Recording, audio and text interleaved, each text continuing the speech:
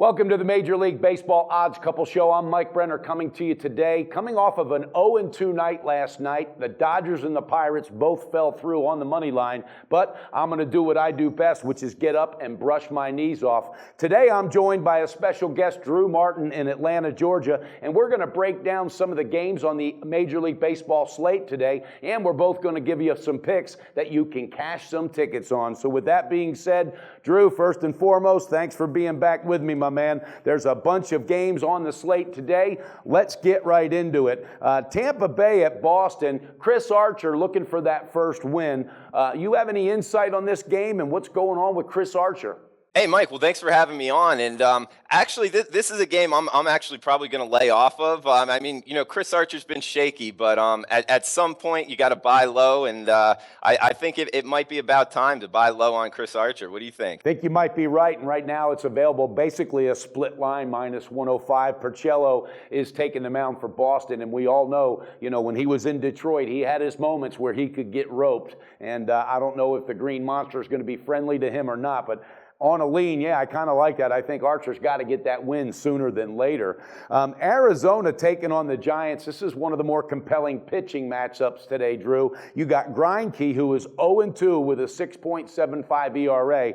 However, he did have a no decision last Friday. Gave up 2 runs, 6 hits, and 5 Ks in 7 1/3. So pretty much came back to the normal Zach Greinke that we all know. Now on the other side is Bumgarner, the tall lefty, 1-1 with a 4.50 ERA. Kind of struggling a little bit. Any thoughts on that game? And does Greinke finally get a W? Coming into the season, both of these pitchers were 2 of the top pitchers in all of baseball. But, Greinke coming into the new stadium, more of a pitcher's park, he's really struggled.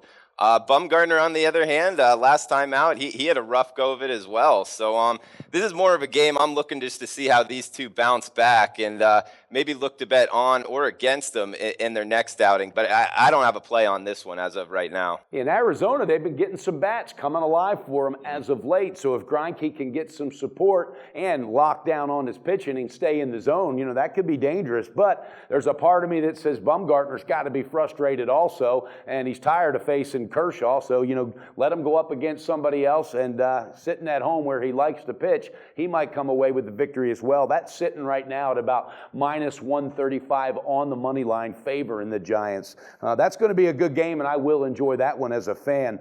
Now, the Washington Nationals came back to life last night after being kind of shut down from Fernandez a couple nights ago. They went nuts offensively, and Miami is sending Bruce Chen to the mound. Any thoughts on the Nationals and Bruce Chen pitching for Miami? Well, yeah, Chen coming over to Miami from Baltimore. I was really looking to get on him early this season, just going to more of a pitcher's park. But, on the other side tonight, something keeping me away from that and actually making me look towards the Nats, especially with this market movement favoring. But if you're looking to get on the Nationals, Joe Ross, he's the former first-round pick. He's actually Tyson Ross's brother. He's a sinker, changeup, slider guy. He's pretty good. I don't know if a lot of the listeners have seen him pitch, but he is demanding some respect from the betting markets, going off at just about even money right now. And I'm actually looking to buy on the Nationals tonight. Wow, I kind of like that as well. That's interesting. And, it's, guys like Chen, all these high-profile pitchers, Drew, when they change teams and they go to different parks, it's very rare you see them fit in comfortably right away. It takes time. I mean, there's just so many dynamics that go into that. So I'm wondering how that's going to do for Bruce Chen. And on top of that, Miami is basically a rebuilding team with Don Mattingly. Will they be good? Will they be consistent? You're damn right they will. But it's going to take a little time. I think the Nationals, with their bats coming alive again last night, that might be a really good pick. So we'll get back to you on that when we give out our picks on the show. Seattle at Cleveland. Interesting game. The right-hander Walker taking the mound for Seattle against Cleveland. Salazar is on the mound. He's really done well. All right, he's 2-0 with a 0.79 ERA. What really, puzzles me, the line opened up at minus 121. I would have thought that line to be more in the 30s. What's your thoughts on that game? And is there possibly some undervalue here with Cleveland? Yeah, I guess possibly, although, Seattle, Tajon Walker, he's been great in his 2 starts. He's only let up 3 runs against the solid Rangers lineup. And actually held the Cleveland Indians to just 1 run in 14 innings last year. So a lot of positives going towards the Seattle side. Then again, Danny Salazar, he's let up just 1 run in his 2 starts this year. So I'm not so sure I'm going to play a side in this one. I was actually looking more towards the total, maybe going a little under tonight, and thinking it might get bought up a little bit and jumping in on the under a little later in the day. That might be a good call. Do you know what that under's sitting at right now by any chance, Drew? Yeah, let me look at the SBR odds page right now. It looks like it's at what do we got it at 7.5, Wow. and it's a little Ooh. juiced to the under. Minus 110 at Bet Online looks like the best number. That might be a good call because both of these pitchers certainly are in a zone. And, Seattle, they've had some momentum building lately as far as their offense also. Oakland is taking on the Yankees. Eovaldi's on the mound, really struggled, 0-1, 6.94 ERA, going up against Graveman, the right-hander for the Oakland A's. Any thoughts on this game? Because, Graveman, he's 0-1, but a 2.38 ERA, so he's kind of bringing it. He's just not getting a lot of offensive support. Yeah, Graven, I was actually looking to get on him early in the season at some plus prices, but his metrics, he kind of pitches a little bit more to contact. Him going to Yankee Stadium, the Yankees are going to line up a lot of lefties. If anything, I'd probably lay it here with the Yankees. I mean, minus 139 at Bet Online looks like the best number right now. Eovaldi, he's kind of hit or miss. His stuff's kind of straight, but he does throw hard. So, if anything, I'd go with the Yankees. Yeah, I was kind of leaning that way as well. But I'll tell you what, there's some stuff going on with the Yankees. I mean, and I always love to find out news about these overpaid athletes that don't produce, okay? Unlike your Andrew McCutchens, when they sign a big contract, guess what? They come back and they keep doing it. They keep producing, all right? And I know the guy's getting old, but Alex Rodriguez, I mean, what's going on with this guy? And when are the Yankees finally just going to sit him down because he is not putting it together? Any thoughts on this overpaid athlete? I mean, Alex Rodriguez in the steroid era, I'd be all over him. But nowadays, I'm not so sure. I'm staying away for sure. You see where he's dating this billionaire lady. It's amazing. It's like, don't you have enough money? It's not like you're, I don't know. I think the guy's just kind of mentally challenged is what I think. But I'll leave it alone with that. Hey, listen, we got Pittsburgh going up against San Diego. Pittsburgh was one of my plays last night. Did not get it done. Couldn't protect that lead and struggled offensively. All right, they're sending Locke to the mound, the lefty, against San Diego's Pomerantz, who was another lefty. This was pretty much a split line around minus 105. Any thoughts on this game? And does Pittsburgh, try to get that mojo back tonight? Yeah, that was a surprising one to see San Diego cover its dog last night. Both of these pitchers, coming from the left side. Jeff Locke, I've had a lot of trouble with him, trying to figure him out. Every now and again, he'll just throw a gem. But I'm not a big fan of Locke. I'm actually looking at spots to go against him. I just don't think the Padres lineup, man, if they can really put anything together against him. Pomerantz, on the other hand, coming from Oakland, I was looking to be on him. He's kind of hit or miss as well. I'm more of a pass on this one, Mike. Yeah, me too. Me too. And again, I want to see what happens with Locke because he's just too inconsistent for my liking. Also, as Pomerantz was last year, I used him on certain spots and found him to be too inconsistent. All right, I'll tell you what, there's one big game, and viewers, you got to check it out. It'll be a separate video, so later on today, check it out between Toronto and the Baltimore Orioles. Drew's going to have a special play on that, and he's 4-0 in his last 4 video picks.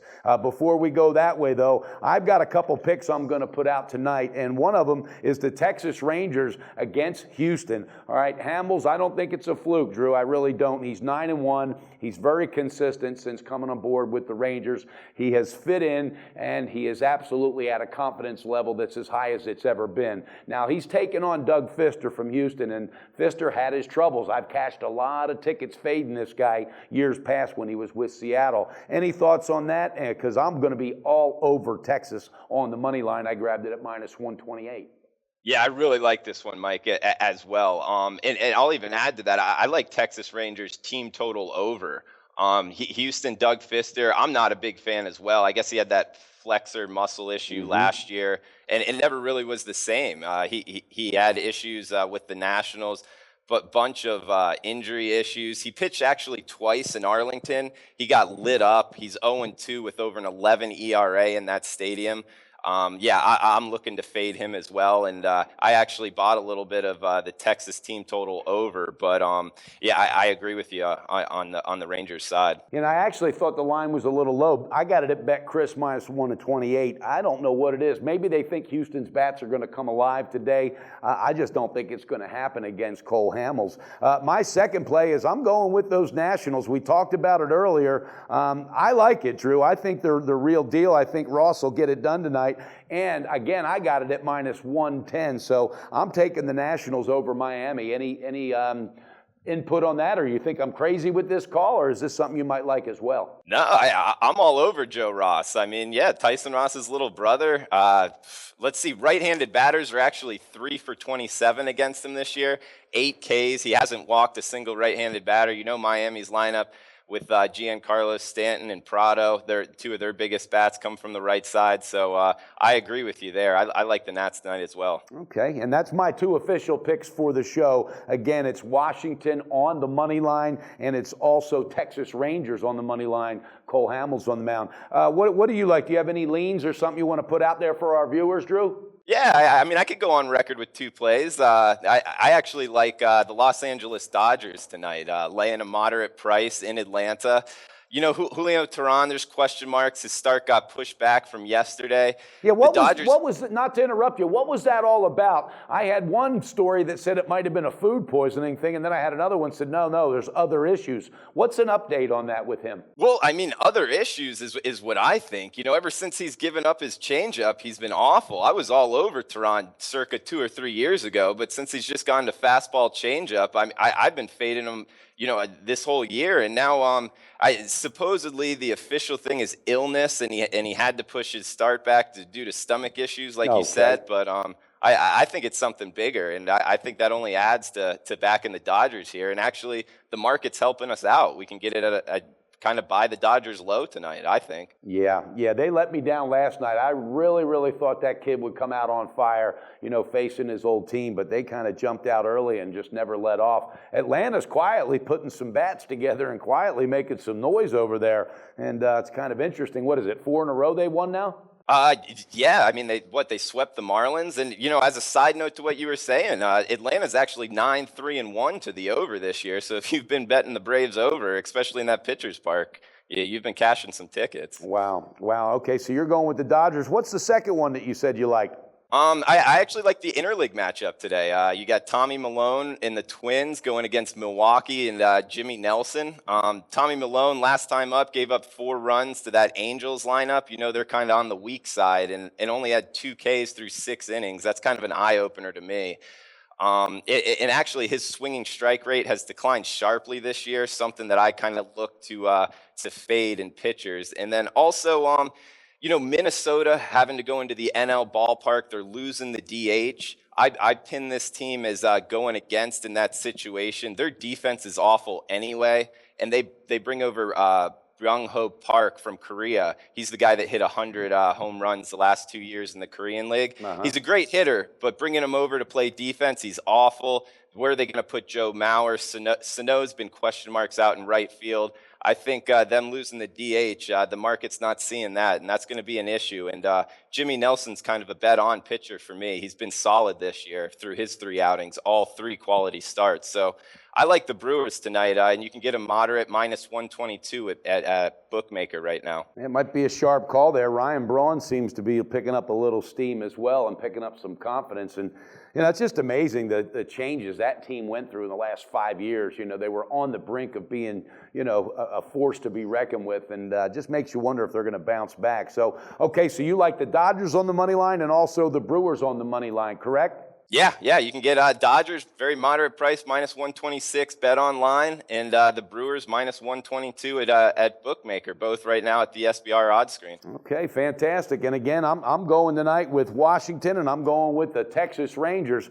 All right, Drew, well, thank you so much. Viewers, you heard it, and don't forget to check out the video later on for the game between, and it's going to be an exhilarating game between Toronto and Baltimore, and Drew has some insight on that, and he's going to have another another ticket casher. He's hit 4 in a row. And also check out Drew's articles on our Sports Picks page. You can get some great information there as well. All right, Drew, thanks for your time, my man. I look forward to talking to you again real soon. Thanks for jumping on board with me today, and let's do it together tonight. Let's beat that book.